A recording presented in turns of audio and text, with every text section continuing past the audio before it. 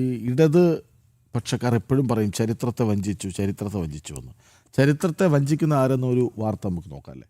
ഇടുക്കി അണക്കെട്ടിനായി മലനിരകൾ കാട്ടിക്കൊടുത്ത വനവാസി മൂപ്പൻ ചെമ്പൻ കൊലുമ്പൻ്റെ കുടുംബത്തെ വഞ്ചിച്ച് സംസ്ഥാന സർക്കാർ.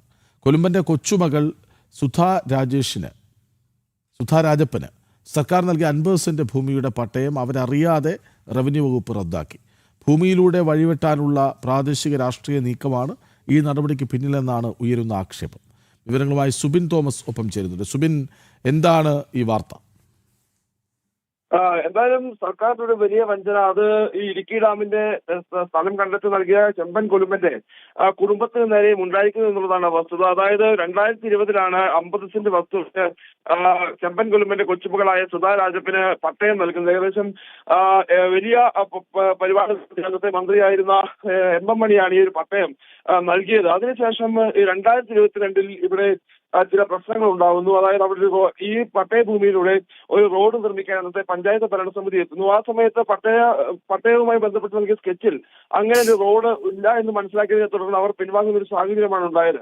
അതിനുശേഷം തന്നെ ഇവർക്കെതിരെ ഈ ഭീഷണി ഉയർന്നത്. അതായത് റവന്യൂ ഉദ്യോഗസ്ഥർ ഉൾപ്പെടെ എത്തി സംസാരിക്കുകയും ഈ വഴിക്കായി സ്ഥലം വിട്ടു നൽകണമെന്ന് ആവശ്യപ്പെടുകയും ചെയ്തിരുന്നു. ഇല്ലെങ്കിൽ പട്ടയം റദ്ദാക്കുമെന്നത് വില്ലേജ് ഓഫീസർ ഭീഷണിപ്പെടുത്തിയെന്നാണ് സുധാ രാജപ്പൻ പറയുന്നത്. ഇതിനുശേഷം മറ്റു നടപടികളൊന്നും ഉണ്ടായില്ല. ഇതിലേക്ക് ആസ്പദമായ സംഭവം എന്നുള്ളത് ചില ആളുകൾ ആ റോഡിലൂടെ അവിടെ ഒരു ചെറിയ നടപ്പാത ഉണ്ടായിരുന്നു ഇവരുടെ സ്ഥലത്തു കൂടി. ആ നടപ്പാതയിലൂടെ നടന്നു പോയിരുന്നു. ഇവർ ഇത് പൊതുവഴിയാണ് എന്ന് ചൂണ്ടിക്കാട്ടി ജില്ലാ കളക്ടർക്ക് പരാതി നൽകുന്ന സാഹചര്യം ഉണ്ടായി. ഇതേ തുടർന്നാണ് ഈ പ്രശ്നങ്ങളെല്ലാം തന്നെ ഉണ്ടാവുന്നത്. ജില്ലാ കളക്ടർ അതിനുശേഷം ഇത് സംബന്ധിച്ച് പരിശോധന നടത്താൻ തഹസിൽദാർക്ക് നിർദ്ദേശം നൽകുകയും തഹസിൽദാർ ഈ പറയുന്ന ആളുകൾക്കൊപ്പം ചേർന്ന് ഇവരുടെ ഈ പട്ടയ ഭൂമിയിലെ റോഡ് കോൺക്രീറ്റ് ചെയ്യാനുള്ള ഒരു ഇടപെടൽ നടത്തി എന്നുള്ളതാണ് പ്രധാനമായും ഉയരുന്ന ആരോപണം. കഴിഞ്ഞ പഞ്ചായത്ത് ഭരണസമിതി മാറി പുതിയ പഞ്ചായത്ത് ഭരണസമിതി എത്തിയപ്പോൾ യാതൊരുവിധ മുന്നറിയിപ്പും കൂടാതെ ഈ പട്ടയ ഭൂമിയിലെ സ്ഥലത്ത് കോൺക്രീറ്റ് ചെയ്യുന്ന സാഹചര്യമുണ്ടായി. ഇതിനുശേഷം സുധാ രാജപ്പനും കുടുംബവും അന്വേഷിച്ചപ്പോഴാണ് ഈ പട്ടയം റദ്ദാക്കി വിവരം പോലും അറിയുന്നത്. അതായത്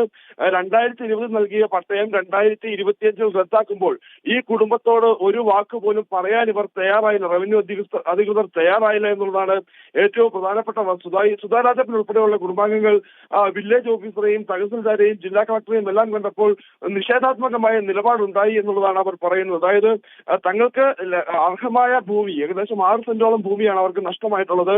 ആ ഭൂമി നഷ്ടമാകുമ്പോൾ തങ്ങളോടൊരു കാര്യം പറയുന്നില്ല. അതിനുശേഷം ഇതുമായി ബന്ധപ്പെട്ട് തുടർ നടപടികളിലേക്ക് കടക്കുമ്പോൾ ഒറ്റ ദിവസം കൊണ്ട് പട്ടയം നൽകാം എന്നുള്ളൊരു മറുപടി റവന്യൂ വകുപ്പിന്റെ ഭാഗത്തു നിന്നുണ്ടായി എന്നുള്ളതാണ് ഏറ്റവും പ്രധാനപ്പെട്ട കാര്യം. അതായത് ഇടുക്കി ജില്ലയെ സംബന്ധിച്ച് പട്ടയത്തിന് എത്രത്തോളം കടമകൾ കടക്കേണ്ടതുണ്ട് എന്നുള്ളതെല്ലാം വ്യക്തമാണ്. വർഷങ്ങളായി പട്ടയത്തിന് കാത്തിരിക്കുന്ന ആളുകളുണ്ട്.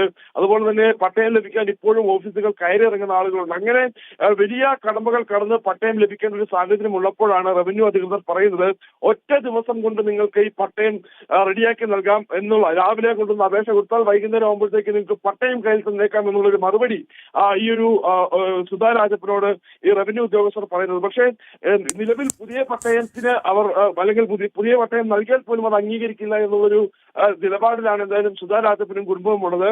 മുമ്പ് നൽകിയ ഒരു 50 സെന്റ് സ്ഥലം, അതായത് ആദ്യം നൽകിയ പട്ടയം, ആ പട്ടയം മാത്രമേ അംഗീകരിക്കൂ എന്നുള്ളൊരു നിലപാട് അവർ എടുത്തിരിക്കുന്നു. ആ പട്ടയത്തിന് കരമടയ്ക്കൂ എന്നുള്ളൊരു നിലപാട് അവർ എടുത്തിരിക്കുന്നു. അതേസമയം റവന്യൂ ഉദ്യോഗസ്ഥർ പറയുന്നത് അവിടെ ഒരു പൊതുവഴി ഉണ്ടായിരുന്നു, ആ പൊതുവഴി ഒഴിവാക്കുന്നതിന് വേണ്ടിയാണ് പട്ടയം റദ്ദാക്കിയത്. ജില്ലാ കളക്ടർ അതിനകത്ത് നിർദ്ദേശം നൽകിയിട്ടുണ്ട്. അതിന്റെ അടിസ്ഥാനത്തിൽ നടത്തിയ പരിശോധനയിൽ വസ്തുതയുണ്ട് എന്ന് കണ്ടതിനെ തുടർന്നാണ് ആ ഒരു പട്ടയം റദ്ദാക്കുകയും അവിടെ റോഡ് കോൺക്രീറ്റ് ചെയ്യാനുള്ള അനുമതി നൽകുകയും ചെയ്തത് എന്നുള്ളതാണ് റവന്യൂ അധികൃതർ പറയുന്നത്. അതായത് പുതിയ പട്ടയം സുധാ രാജപ്പനും കുടുംബത്തിനും പുതിയ പട്ടയം തയ്യാറാക്കിയിട്ടുണ്ട്. ആ പട്ടയം നൽകുമെന്നും അവർ വ്യക്തമാക്കുന്നുണ്ട്. എന്തായാലും വലിയൊരു നീതി നിഷേധം കൊലുമ്പന്റെ കൊച്ചുമകൾക്കുണ്ടായി എന്നുള്ളതാണ് വസ്തുത. ഇന്ന് മുഖ്യമന്ത്രി ജില്ലയിൽ നിരവധി പരിപാടികളിൽ പങ്കെടുക്കുന്നുണ്ട്. ഈ ഇടുക്കി ജലവൈദ്യുത പദ്ധതിയുടെ സുവർണ്ണ ജൂബിലി ഉദ്ഘാടനമാണ്. ആ പരിപാടിയിൽ ഈ ചെമ്പൻ കൊലുമ്പന്റെ കുടുംബത്തെ ആദരിക്കുന്നുണ്ട്. എന്തിനാണ് ഇത്തരത്തിലുള്ള ആദരവ് എന്നുള്ളൊരു ചോദ്യം എന്തായാലും പൊതുസമൂഹത്തിൽ നിന്ന് ഉയർന്നു വരുന്നുമുണ്ട്. ശരി സുബിൻ, എന്തായാലും ഈ കൊലുമ്പന്റെ കുടുംബത്തോടും സർക്കാരിന്റെ വഞ്ചന എന്നുള്ളതാണല്ലേ.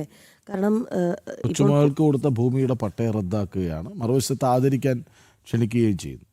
ഇരട്ടത്താപ്പ് അവിടെയും.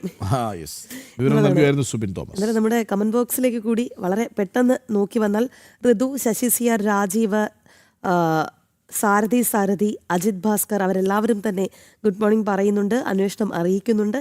ഒപ്പം നമ്മുടെ ഒരു ശ്രീധരൻ നമ്പ്യാർ എന്ന പ്രേക്ഷകനുണ്ട്. അദ്ദേഹത്തിന് എന്നും 2 പറഞ്ഞില്ലെങ്കിൽ വല്ലാത്തൊരു വിഷമമാണ് എന്ന് തോന്നുന്നു. പക്ഷേ വാർത്ത അറിയണമെങ്കിൽ ജനം TV തന്നെ അദ്ദേഹം സ്ഥിരമായി കാണുന്നുമുണ്ട്. ഇന്ന് അദ്ദേഹത്തിൻ്റെ ഒരു കമൻറ്റാണ്: അവർ ഇഷ്ടപ്പെട്ടു, കല്യാണം കഴിച്ചു, നുണ ചാനലിന് എന്താണ് പ്രശ്നം? അതിനും വിദ്വേഷം പരത്താൻ ശ്രമിക്കുന്നു എന്നുള്ളതാണ് അദ്ദേഹത്തിൻ്റെ കമൻറ്റ്. ഇഷ്ടപ്പെട്ടവർ വിവാഹം കഴിക്കട്ടെ, പക്ഷേ പ്രായപൂർത്തി ആയിരിക്കണം അല്ലേ? നമ്മുടെ ഭരണഘടന അനുവദിക്കുന്ന രീതിയിലായിരിക്കണം കാര്യങ്ങൾ നടക്കുന്നത്. അതേ നമ്മൾ പറയുന്നുള്ളൂ അല്ലേ? അല്ലെങ്കിൽ ഇഷ്ടപ്പെടുന്നവർ വിവാഹം കഴിക്കുന്നതിൽ നമുക്കെന്താണ് കാര്യം? യാതൊരു കാര്യവുമില്ല. എന്തായാലും ശ്രീധരൻ നമ്പ്യാരുടെ കമൻറ്റിൽ നമുക്ക് പ്രതിഷേധമൊന്നുമില്ല, പക്ഷേ കാര്യമായിട്ട് പറയുക എന്നുള്ളതാണ്. അങ്ങനെ അത്തരത്തിൽ ഈ കുംഭമേളയിലെ പെൺകുട്ടിയുടെ വിവാഹവുമായി ബന്ധപ്പെട്ട് ഒരുപാട് കമൻറ്റ് വരുന്നുണ്ട്. സാരഥി എന്ന പ്രേക്ഷകൻ അല്പം രൂക്ഷമായ ഭാഷയിൽ തന്നെ വിദ്യാഭ്യാസ മന്ത്രിയും MV ഗോവിന്ദനുമൊക്കെ എവിടെ എത്തിയതിനെക്കുറിച്ചും കാർമ്മികത്വം വഹിച്ചതിനെക്കുറിച്ചും ഒക്കെ പറയുന്നുണ്ട്. പ്രായപൂർത്തിയാകാത്ത പെങ്കൊച്ചിനെയാണോ പിടിച്ച് കെട്ടിച്ചത് എന്നൊക്കെ ചോദിക്കുന്നുണ്ട്. എന്തായാലും ഈ കുട്ടിയുടെ പ്രായത്തിൽ ഒരു വ്യക്തത വരട്ടെ, എന്നിട്ട് ഉത്തരം പറയേണ്ടത് അവരാണ്. കൃത്യമായ ഉത്തരം പിന്നീട് നൽകിയേ മതിയാകൂ എന്നുള്ളൊരു സാഹചര്യം വരുമല്ലേ? കാരണം 18 വയസ്സ് തികഞ്ഞിട്ടില്ല എങ്കിൽ തീർച്ചയായും അവരും ഉത്തരം നൽകേണ്ടതായി വരും.